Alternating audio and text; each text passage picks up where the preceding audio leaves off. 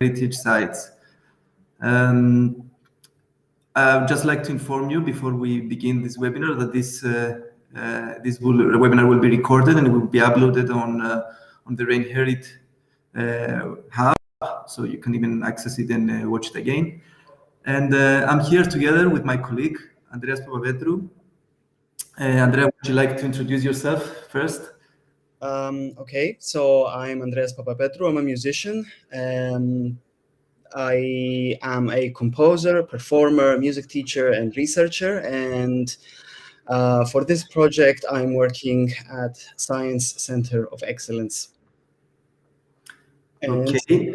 This my co-host here will introduce himself now. Yeah, and okay, Glenn Tisnoklos. I am one of the team leaders here at the Science Center of Excellence, and I will be.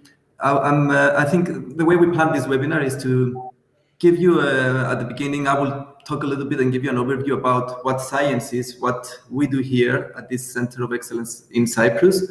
Then I will conclude about this ReInHerit project, about what is our role as a center in the ReInHerit project, and what we have been doing so far and what we will do in the future. And then Andreas will take over and give you an overview of a little bit of our experience throughout this journey of developing our first immersive performance.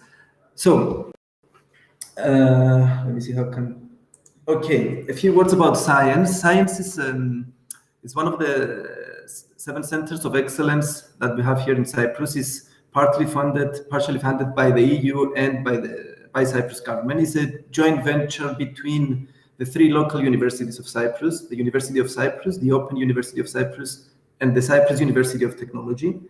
And it started as a project. It has developed as a center, and while it was a center, a few of the let's say requirements of this center was not only to have partners from the host country, but also from countries that have experience in running and developing centers of excellence of similar nature, such as science. And in that sense, our external partners are UCL and Max Planck in the project, and now as part of the consortium of the center. And as the leading organization of the center is the Nicosia municipality, which is something quite unique and interesting, because it gave us the channels and the way to communicate our work back to the society.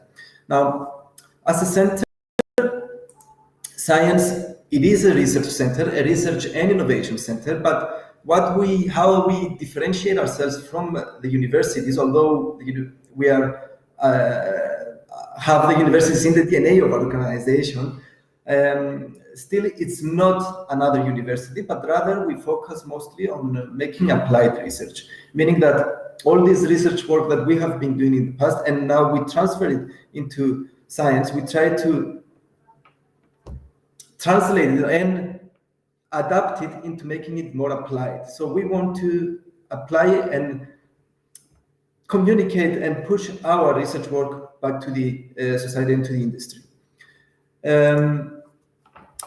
As a center, the focus of the center is on interactive media, emerging technologies, and smart systems. I would say that this is the umbrella of the center. Therefore, one can say that it's a more computer science oriented center, but it's not only focusing on computer science. We also have a wide range of multidisciplinary research groups, this is how we call them, that have with a very diverse expertise, starting from museum studies to cognitive psychology to neuroscience, with I would say the central piece being that technology has a central role in all these domain areas and application fields that we are working on as a center. So how we started and what were the driving forces behind the center was to look at the problem in a more holistic way. Therefore, we are interested in real-world applications.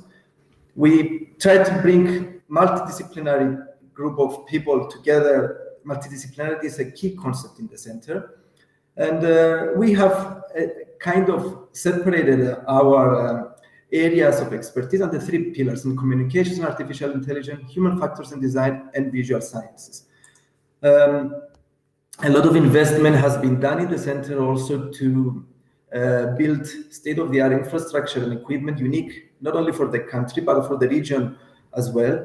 Therefore, we embrace and invite people to come and experiment and participate in our research work as well. Therefore, we have kind of good engagement with the young people of Nicosia, I would say the least. And we have quite a few projects ongoing in a diverse range of applications, but we also have a little bit more central projects, more flagship projects that go across many of the research groups of the center. And one such example obviously has to do about how transforming our city of Nicosia, because as I mentioned earlier, we have the main partner of our consortium is the Nicosia municipality. Therefore, we have a lot of focus on the applications and the projects that we're running towards Nicosia, and therefore one of the projects is the Smart City platform in Nicosia, which is about developing a digital twin of the city that will allow us to run a few simulations, make applications on top of this digital twin of the city, and be more creative. As a center, and this is just to invite people that are participating in this webinar. We're not, again, I mentioned it, we're not a university, but we host quite a few programs, like an internship program. We have a doctoral training programs. We have a lot of courses. We have arts in the residencies at our makerspace. So we invite and host a lot of people throughout a wide range of programs that we host at the center.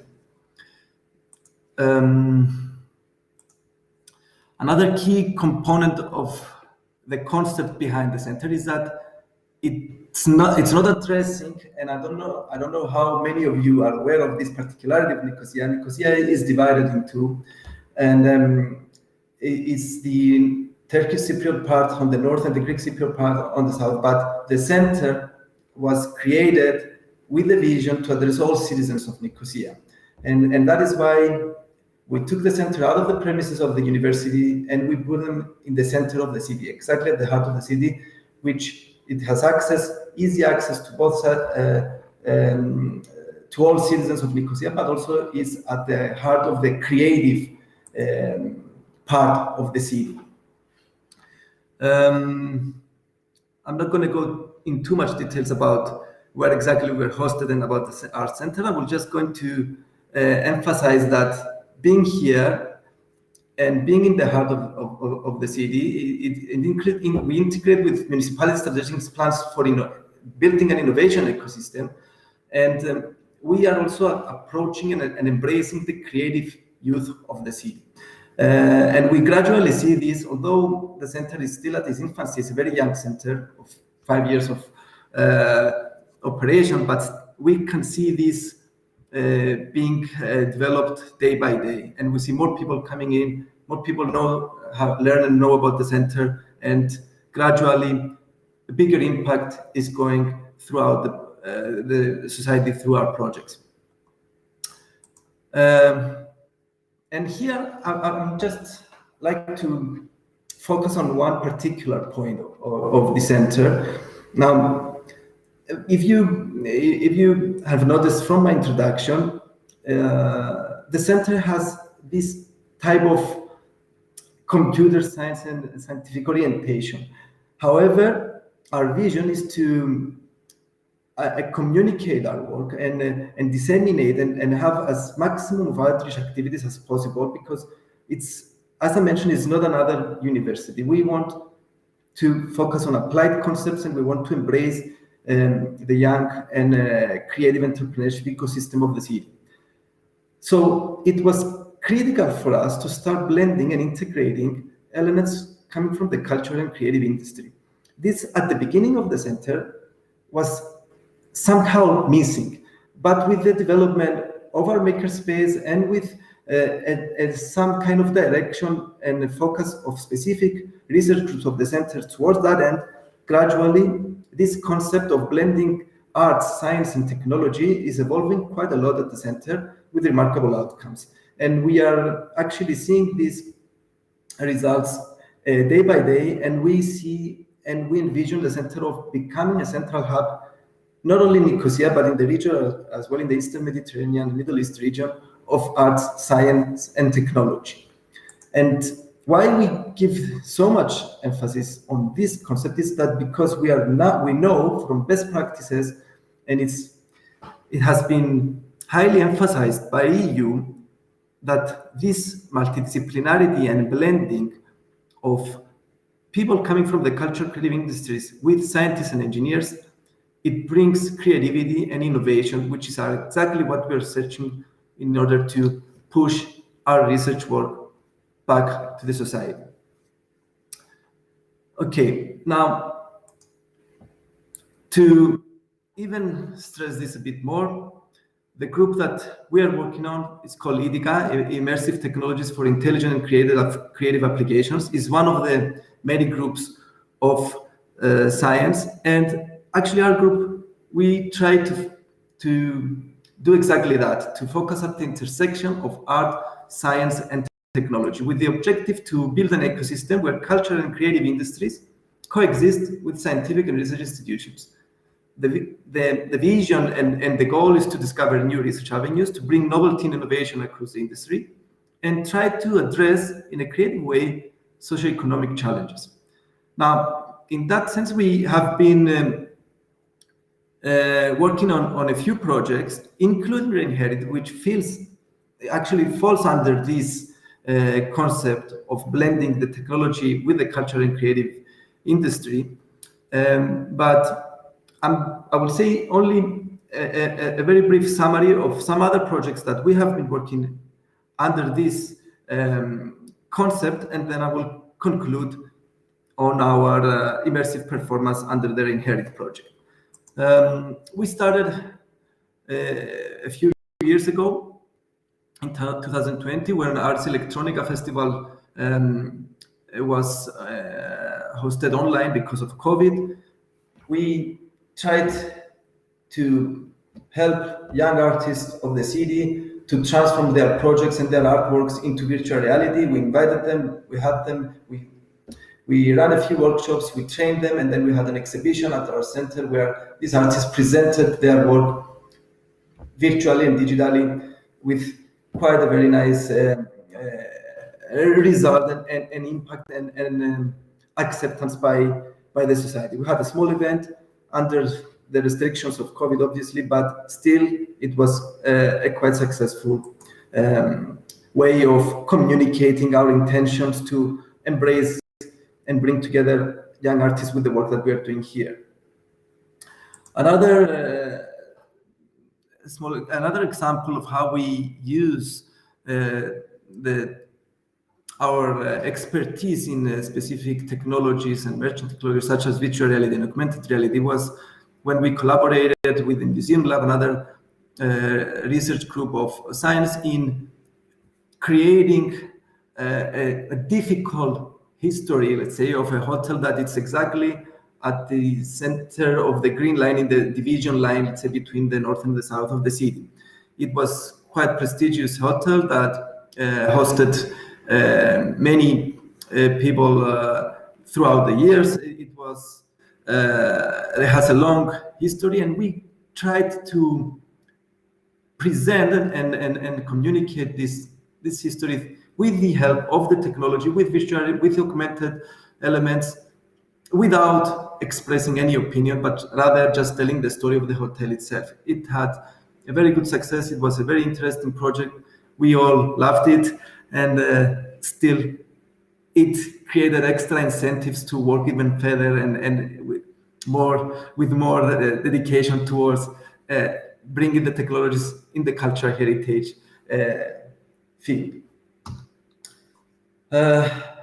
Finally, before I go to the ReInHerit project, we also contributed by another example. There are a few more, but I'm not going to spend much more time in telling other projects and focus a little bit more on the ReInHerit project. We also have been invited by the Cyprus Investment Promotion Agency to promote Cyprus, let's say, in the biggest expo done in Dubai in 2001, and we projected a very interesting concept of Cyprus, but again in a more creative way. We have the artists been recording sounds of Cyprus from the mountains, etc., and then visuals blended together, and the outcome was amazing. And I was fortunate enough to be be there and watch it live, and it was an experience I will never forget.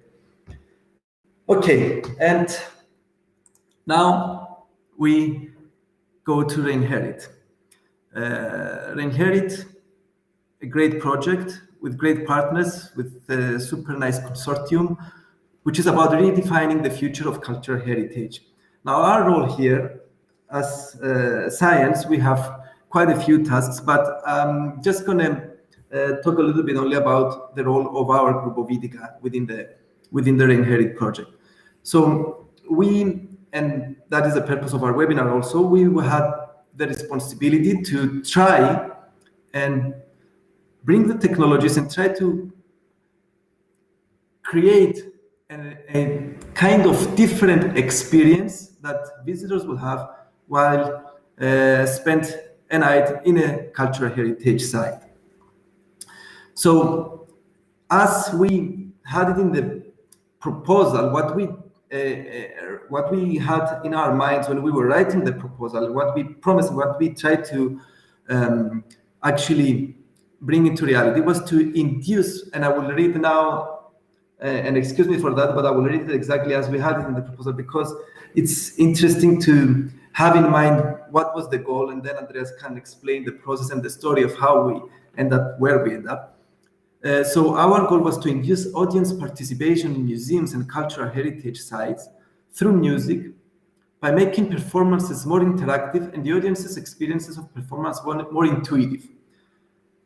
Then we wanted to measure the extent to which technology, so we wanted to create this experience, but also at the same time we want to see if this concept is working, if it's something that we want to invest even more, and how, or what are the lessons learned, and what did we learn from out of this, and how we can improve it. So to measure the extent to which technology incorporated in performance may help audience members think creatively and improvise musically, even if they have no formal musical education. Our goal was to increase project awareness and visibility through these activities and through these events, enable project ideas sharing, reuse of material of destructive ways, create opportunities for audience engagement, cultivate active citizenship, and encourage EU cohesion. So I will stop here and I go immediately to the beginning of the story of our immersive performance, how it all started, what challenges we faced, and where we end up. And I will let Andreas tell this nice story with a few interesting graphics, as I can see from the presentation. Andrea, please. Okay, so thank you very much, Kleanthis. When we started thinking about this idea, we first had to fix where it was going to be hosted, where this performance was going to take place, because a performance of this kind, as we were thinking about it, to make it immersive, to have people interacting with the space and with the exhibits and with musicians and all of that, we needed to know where this would take place, because the venue in these kinds of performances greatly impacts the nature of the performance. So initially, we had considered a few spaces around the island, And these included an abandoned village, the old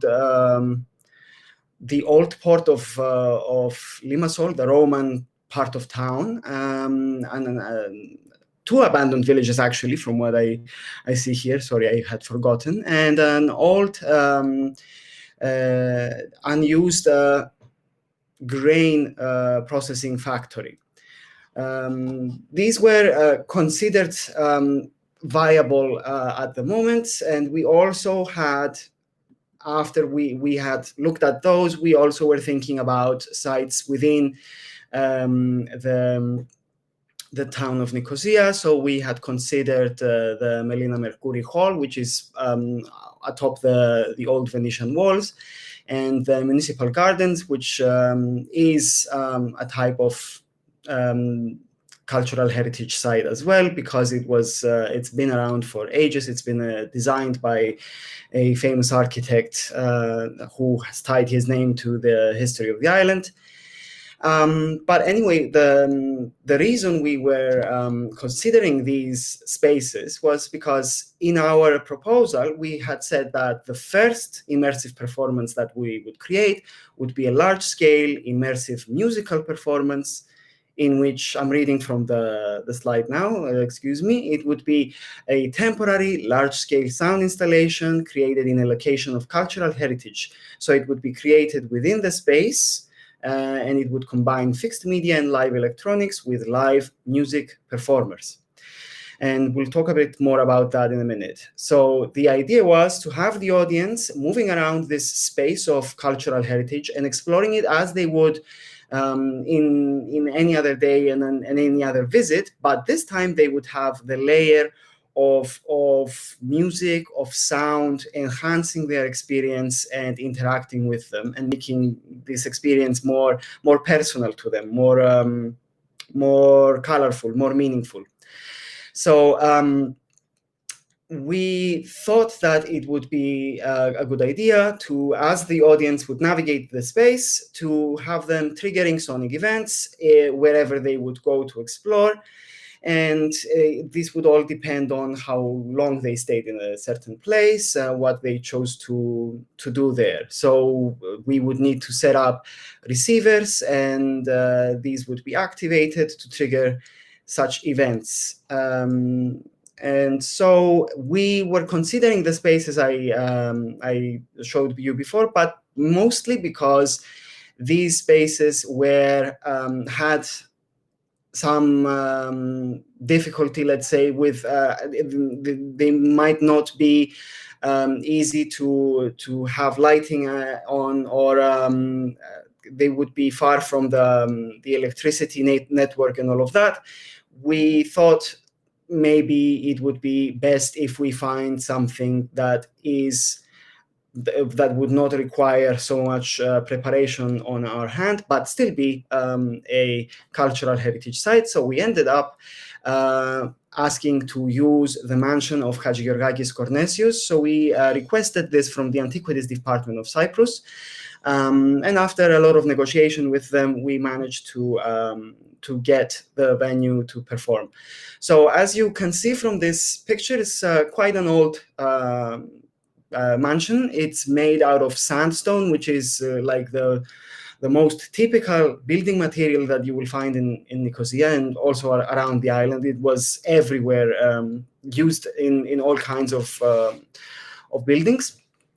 And this particular building, it's very close to, it's within the old part of Nicosia. It's in the old part of town, close to science, close to the division line, and also very close to other cultural heritage sites like the Archbishopric, and another couple of churches, the oldest school on the island, etc., etc. This house was linked to all of these places because of the owner of the house, and we're going to talk about him in a minute. So, as you can see, he has a very interesting and difficult to pronounce name, Hadjigeorgakis Kornesios. the Haji part is very typical of Cypriot names. It just means it's a person who has visited the Holy Lands for pilgrimage. So it's basically a pilgrim. And this was a nobleman who came from Paphos. We'll talk a bit more about him later. So moving on to the slideshow. This is the poster we had designed for the performance. We called it ReInHerit in Performance, the Hadjigeorgakis Kornesios Mansion. And we had the performance on the 29th of October, 2022. So a couple of months back. And as you can see, it's just showing a deep detail of an exhibit from inside the house. We thought it would be nice to include the name ReInHerit in the title again, because it was part of the main of our main concept. We wanted to refresh, let's say, to ReInHerit, to take back this cultural heritage site that was not used as much as we would like it to be. It generally has a low number of daily visitors, and most of its visitors come from some guided tours and tours from schools of the area of Nicosia. So the people come as they wander about the old town, and they also visit this house. So it's a very interesting place because it's, as I said, it's in the old part of town. It's a very historical neighborhood of Nicosia. It's, as I said, made out of sandstone. It's there are traces of various layers of history, even within the it's moving on. There's traces of various layers of history even within the same building. So this is like the view from one of the under the arches in its courtyard, and as you can see, you can see the minaret of the nearby Omeriye mosque, and as I said, it's close to mosques and churches and all of that, and it needed to be close to all of these because the person who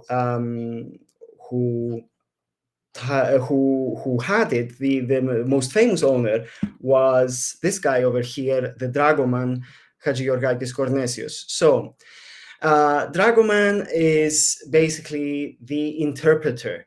So he was a high-ranking state official of the Ottoman Empire, coming from Cyprus, and so him and his predecessors anyway, they would usually be Christians. They would be citizens of the local community, and in his case, he was a person who had mastered both, who was highly educated, had mastered both Greek and Turkish, and acted as like an intermediary between the Sultan, the Sublime Porte of Constantinople, and the Christian subjects in Cyprus. And he was also a tax collector for the Sultan. So he was basically a politician, and he is said to have had a lot of, he participated in charity, but also managed to amass great wealth because of this position that he was in. So moving on, so another couple of photographs from the interior of the courtyard. As you can see, it's quite old. It's supposedly, until very recently, we thought that the house was built in the 17th century, so slightly earlier, before the dragoman's time. So during the Ottoman rule of Cyprus. But actually, we have found traces, the archaeologists have found traces of it being basically an extension of an older building that used to exist there from the 15th century and was tied to the ruling class of Nicosia.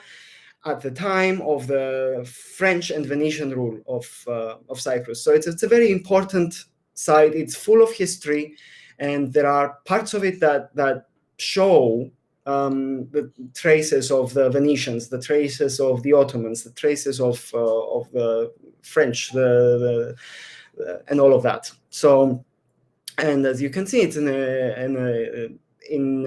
the old part of Nicosia. It would be very easy to access, and we wanted to have people coming to this place easily and not having to look for it in like an abandoned village and all of that. So if you would like to have a look at its interior, there is a link shown here in the. Sorry, Andrea, sorry to interrupt. I actually just posted the link at the chat.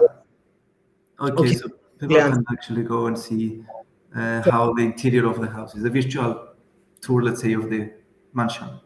Mm-hmm. Sorry, continue. So yes, if you want to have a look like on your computer, you can do it on your browser, and you can turn around and see more or less what it looks like today. So if you want to have a look, this is the form it's taken since its renovation in the 80s. So it didn't really look like this during the Ottoman times. But as you can see, it has some newer furniture and some later additions. But anyway, we thought that this was a very interesting place to set up this performance in. But we had also to face some challenges. So this is a very large house. It was a mansion. It was a little palace for its time. And so it has a courtyard in the ground floor. It has some servants' quarters. It had an outdoor, a little adjacent building, which was hammam, and an outdoor kitchen. And then on the top floor, it had the quarters of the family that lived there. So it's basically split into two floors, and this is a diagram of the space. So this, as I said, this is a view of the courtyard. It's showing you a bit where trees are. I don't know if you can see my mouse or not. And all the red circles are basically parts that we had decided that we would set up our installation. So any place that you see over here that has a little circle on it, it was a point that in the space that had specifically something very interesting there, or something that we thought would be nice to spend some time looking at. And we would like to set up our sound installation there. So over here is the view for the ground floor, and here is where we set it up on the floor on top. And we tried to use as many spaces as possible, because the sound coming, we wanted the sound coming from the sound installation to mix for all these, wherever you see a little red circle, we had essentially placed a speaker.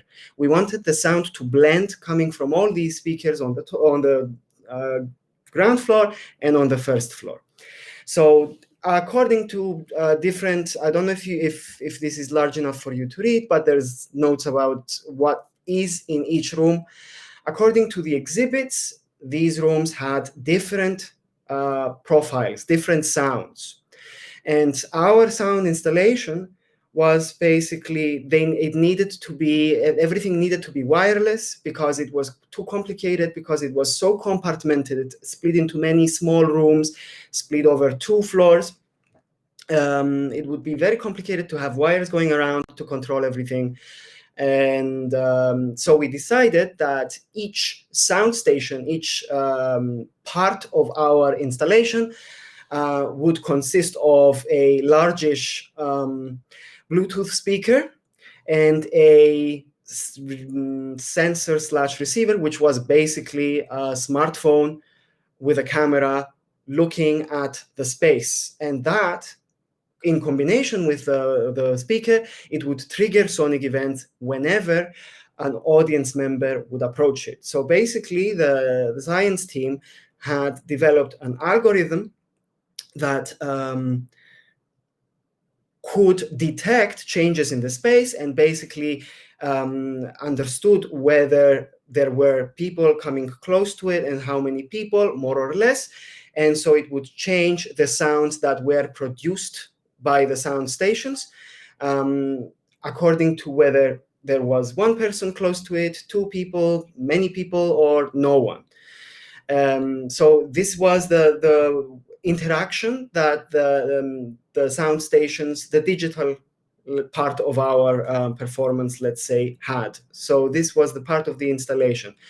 If there was no one to interact with the installation, it still produced sound. It produced very long, drone-like sounds that, as I said before, blended together with each other and created this long meditative chord that sort of created the atmosphere that we wanted for our performance. And I'll talk a little bit now about setting this up. So as you can see, this is a picture of the group setting up the sensor in the fountain that is in the middle of the courtyard. So we tried to hide it, hide the sound stations as best as we could, without, of course, obstructing the view to any of the exhibits or damaging any of them. So in this case, so photos, as you can see him, he's like stretching above, trying to hide the smartphone on top of the fountain, and then the speaker was basically hidden in the tub that's at his feet. And apart from that, apart from all the sound that we wanted to have created digitally, sorry, one last note.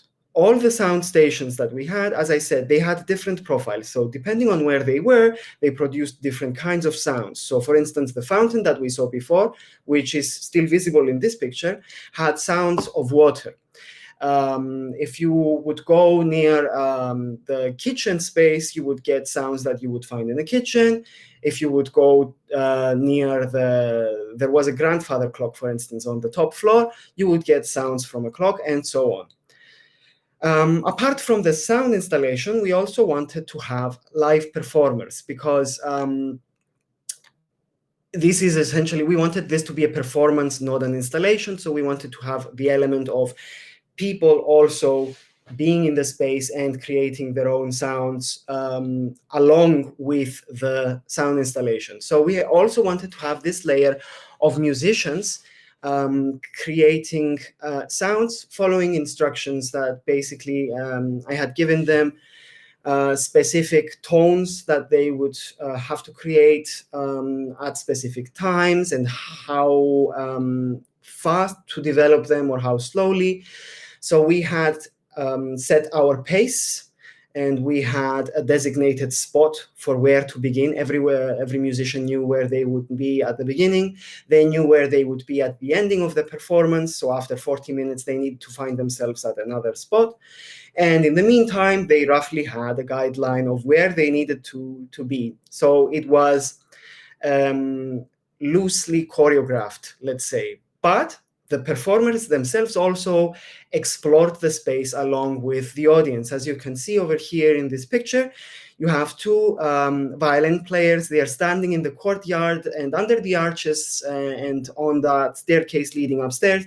There's people waiting for them to start moving. In this case, when this picture was taken, it was they had already started playing, but it wasn't. They didn't start moving to another place from the beginning. As you can see in this picture, there's still daylight. So we had set up the performance like this. We had it in 3 slots. The one started at dusk. So basically the beginning of it would be at daylight, and by the end of it, you would get nighttime lighting and all of that.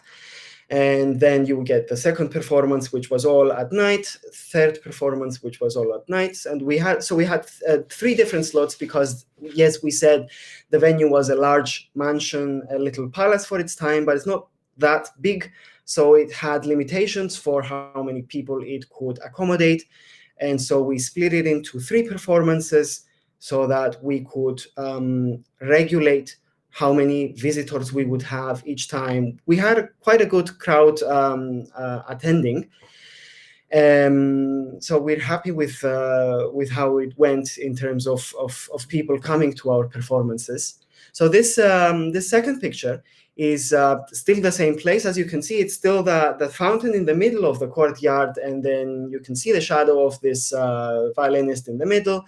There's people moving around them, and the other element that is that we wanted to include in our performance, there's 2 visible in this slide, is that we wanted to have colorful, dramatic lighting to emphasize the beauty of the space and to create an atmosphere that would make the experience of the visitor more beautiful, more meaningful. And as you can see also in the background, there is, it kind of looks like graffiti, a drawing, but it's not. It's a video artwork. And I'll talk about that in a little bit. So we have some more pictures of what was going on in the mansion. And so, as I said, colored lighting, it created dramatic contrasts. It had spots where you would get large shadows. It had exhibits put in the spotlight because we thought they were specifically interesting. So, for instance, this is the grandfather clock I mentioned before, and then we had this musician really liked this sound station and kept returning to it all the time. So here's an example. The musician was following instructions on what to do with the sounds he was creating at that specific time. So when he approached the grandfather clock started producing more sounds that were basically sounds that reminded people, well, that kind of say, it's a grandfather clock. But the more people you get around it, the more it starts getting distorted. So it became more interesting musically, let's say, the more people came close to it to observe it. So this musician kind of acted as a guide in this sense. And so the musicians explored the space along with the audience, but they also really helped with the pacing of the performance because they were instructed to not move around very fast. They could explore the spaces as they wished, but they were also moving around all the time. So they mixed themselves with the audience, and they moved them around too. And they had people following them in the space and exploring with them. So they acted like as silent guides, not silent, but musical, let's say. They did never spoke to the audience. They only interacted with them with music. So they would engage in eyesight and all of that. And they would play for any visitors, but they wouldn't speak to them and say, here is this exhibit and here is that exhibit. So this is a picture of one of the most famous rooms of the house. It's lit dramatically. It's not very visible in the way this slide is cut. But anyway, this is like the dragoman's reception room. And this next slide is showing another room in the house where it was people were looking at the family tree of the dragoman, trying to discover more, let's say, about the history of the family that lived there. And it's quite an interesting story because the dragoman ended being executed in Constantinople after an insurrection against him. So if you're interested, you can look it up later. So the visitors that you're looking at here, they were using their phones as torches because it was too dark to look at these panels over there that they would normally look at if they had gone there in a daytime visit. They were urged to look at this information because we also had given them a set of cards that had some information about various exhibits in the house, but we didn't say where they were. So they had to discover where they could find the old tea set. They needed to discover where they would find the old wedding wreaths, where they would find the grandfather clock, the signature of the Sultan, and all of that. So they explored the space looking for these, following cues from a set of cards that we gave them, kind of like a treasure hunt activity. It was a prompt for our younger audience members. So we wanted to have, our target audience was basically young people that would be accustomed to the idea of gamification, let's say, and who would also like to interact with the space when they would understand that this was sort of responding to their movement as well. And another part, let's say, of our audience target group, let's say, was we wanted to open it up to people with disabilities. So we wanted to have a set of, we invited the St. Barnabas School for the Blind to contribute to this by translating some of the text we had prepared in Braille, so that if we had visitors with visual impairment, they could read some of the information. And that's why we had also the first performance slot done in daytime almost, because we also wanted to accommodate people with visual impairment. And also those people and young people and anyone else wishing to, we wanted them to have the opportunity to touch some of the exhibits. So we started with the idea of also creating a multisensory exhibition to accommodate our performance. So as you can see in the next slide, we went to the mansion and 3D scanned some of the exhibits. So this is a 3D scan of of the wooden carved ceiling that is exhibited on one of the side rooms on the first floor. It's very elaborate. It was a symbol of wealth, let's say, of status, to have such a ceiling in your home. And a lot of wealthy families liked to have these in their homes. So this is exhibited in the mansion, and it's easily visible to people who can go up the stairs, but you're not supposed to touch it. It was part of our performance. We lit it up dramatically. So Dimitris Shamas, who was our lighting designer, decided to enhance, let's say, the impact, the visual impact that this would have by giving it very, very pink light in this case. And we tried the idea of having musicians. As you can see in the background, there's a cellist playing. So this is from one of our rehearsals. We had tried the idea of what it would look like if the sound station interacted with the musician and you had this painted light and all of that. So this was quite an important exhibit because it had very elaborate carvings on it and all of these Islamic geometry patterns that were very fashionable, let's say, at the time that the ceiling, let's say, was made, and there is one that is even more elaborate than this one that is exhibited, still exists in the ceiling of the mansion. And a big part of it, as you can see in the center of this, is the pomegranate. It's a symbol that keeps coming back. It's a big part of the culture in Eastern Mediterranean. So it's a symbol of abundance, it's a symbol of wealth, it's a symbol of fertility. People still give little decorative pomegranates to each other on New Year's Day here as a good luck token.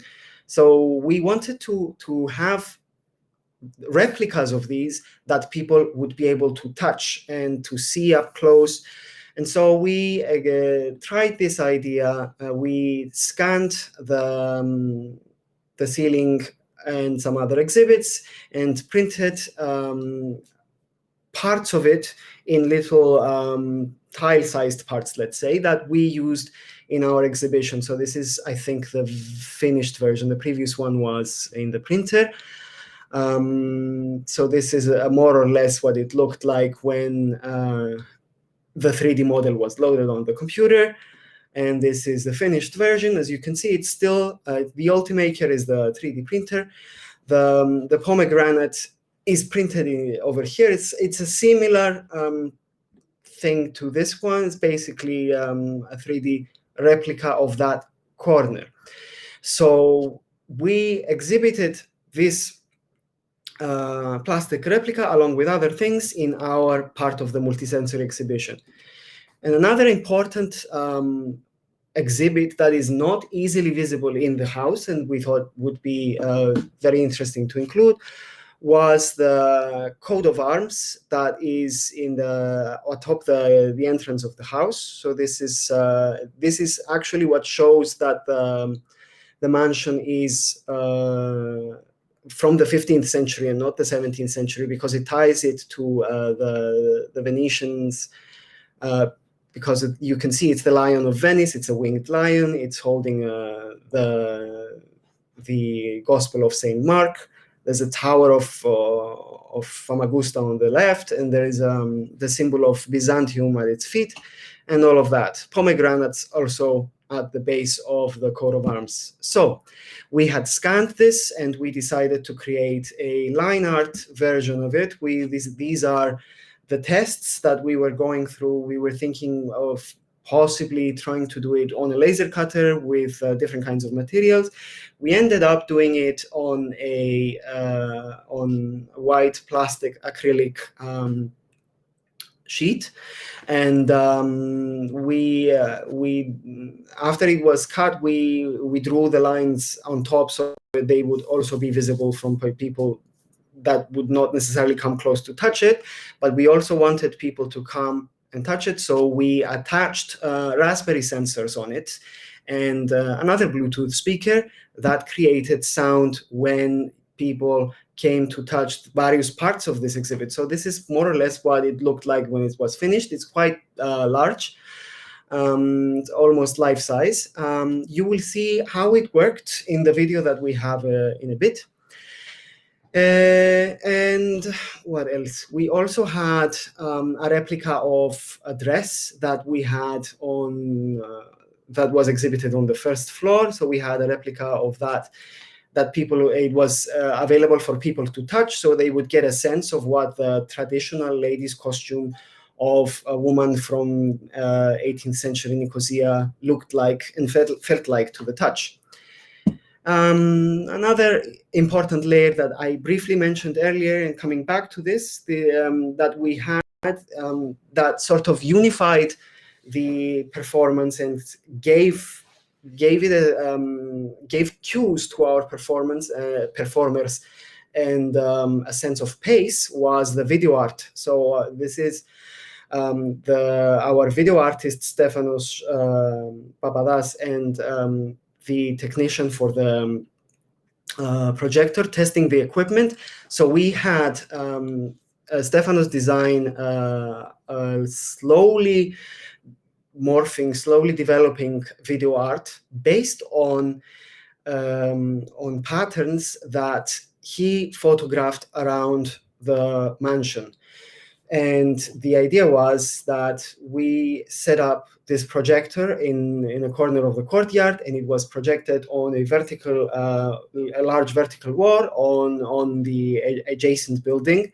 And this is what they are testing. So the video artist and technician over there, they're testing what it looks like on the large wall that's close to that space. And this is sort of how it looks like with the colors at nighttime. So this is again from one of our trial tests. And we also had part of the we also had a little part of the video art shown in an indoor space. So we had two parts of video art. Again, this is what it looked like. Even in daytime, this was visible. And we're going to have a look at the video. I guess now would be a good time, Kleanthis, since people have a good idea of what it is. I'm muting myself so you can watch.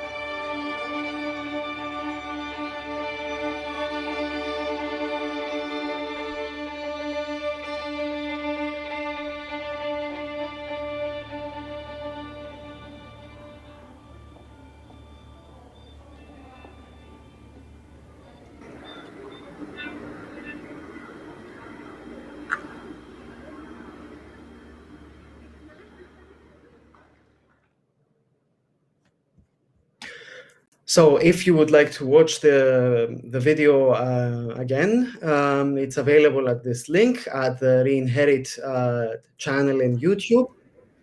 And over to you, Francis, I guess. Yeah, actually, Andrea, thank you very much for this. Very nice. It reminded me, and I relived the day with your description, and it was quite and although I was part of the process and I was watching you guys developing the whole thing, when hearing you explaining and telling the story, it triggered the same emotions again. Now, I just wanted to close this webinar with something quite interesting that, because this is part of a project, and we wanted to experiment and see if we if the goals and the vision that we had, we actually meet those objectives. So a lot of lessons have been learned. We had quite a few challenges. These are all we will try and describe all these challenges and lessons learned, and develop a document that will be available for all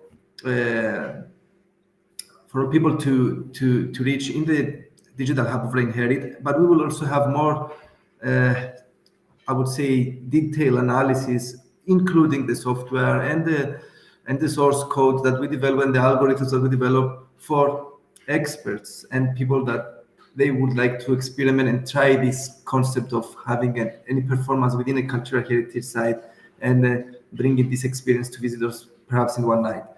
So a lot of challenges and lessons learned, but I would say that perhaps the biggest, what we tried to do was to actually blend our ideas initially with space. But when we started actually doing this in practice, we realized that, particularities of the space, of restrictions and actually limitations coming from the space itself, noises coming from outside, lights, all these little details that you cannot actually realize and see unless you go there and start building your project. And I think all these lessons learned and challenges pretty much fall under these two lines of thought, that you have to actually have access to the space quite a lot before experiment with, try, play around, and then perhaps to be flexible and adjustable to make it as closer to what you had in mind. And with those thoughts, I will just like to conclude that we are now preparing for our second venue, for our second performance, which in this case it will be at the premises of at the coordinator of ReInHerit project of the Bank of Cyprus Cultural Foundation, meaning that we have much easier access and time to play around and experiment with new ideas and thoughts that we have. We want to explore other ways of engaging audience with making the experience of exploring the space a little bit more immersive and more interesting. Again, I think, Andrea, the live performance will be part of the second performance. We still haven't finalized our ideas. We are brainstorming. We're in the process of still brainstorming. We want to bring in this second performance some different elements, rather than in the first performance we were just having sensors and we didn't have conscious interaction of the audience. People were moving around, and depending on their movement and how much they approach and how in the vicinity of proximity of a specific site of interest, then different sonic events were triggered. But in this second performance, we are interested and we are thinking of actually having a more conscious interaction of visitors through their mobile devices, through augmented reality elements within space. We're still thinking about it, we're exploring it, and we will leave it here, and it will be kind of a surprise, and we will be happy to have you all. When will the second performance be, Andrea? The second performance, we are planning for it to happen on the 20th of May. And we will have, of course, it will be announced through the ReInHerit site, and we will have some publicity about it before. And I think this is a nice segue to our survey. We have some questions for you, and there is one that also is asking about something that we could have in our what you would like to see in our in the next performance. So I'm not sure it's open to vote. I guess it's active now and people can vote. Yes, we invite you please to scroll down. Yes, you can scroll and see there. I think that we can see that. So yeah, people are voting on it now. There's a few questions. I'm going to read them out now. So which type of activity would you prefer to engage in during a visit to a cultural heritage site to enhance your experience of the space and or its exhibits? So you could be watching a performance, doing a treasure hunt, having a guided tour, or having a social media hashtag competition. By the way, if you have questions that you would like to ask us, you can also write them in the chat, and we will have a look at them in a minute. So the second question we have over here is, how many cultural heritage sites that use emerging technologies in a creative way have you visited within the past year? So you have a choice to say none, 1, 2, or more. Do you think, third question, do you think interacting with technological elements within a cultural heritage site has an impact on the visitor's experience of the space and its exhibits, and whether it has a negative impact, a positive impact, or no impact at all? And finally, suggestions for our second performance, the one that's happening in May. What would you be most interested to see in our second performance? So this I will let you read by yourselves. It's things that we are considering including, most likely, but we are interested to see what you would find most interesting. And I would also like to add to what Andreas is saying, that this discussion about immersive performances and how emerging technologies could actually embrace and enhance these experiences, it could be an ongoing discussion that we can continue over the channels of ReInHerit. You can see in the chat that we have the links to the different channels and chat opportunities, which we can always further discuss and see and open our thoughts with regarding this concept of emerging technologies enhancing visitors' experiences in cultural heritage sites. I don't know if there are any questions on the chat. There is one from Constantina. Sorry for saying the name. There is one question here about the budget. Well, okay, obviously, always budget is an issue, especially when you try to make something that involves so many people. Like, for instance, we had our live performances, we had the musicians, we had a lot of other people engaged in the creation and development of the performance. Now, fortunately, in this case, this performance was funded by the project itself, by ReInHerit.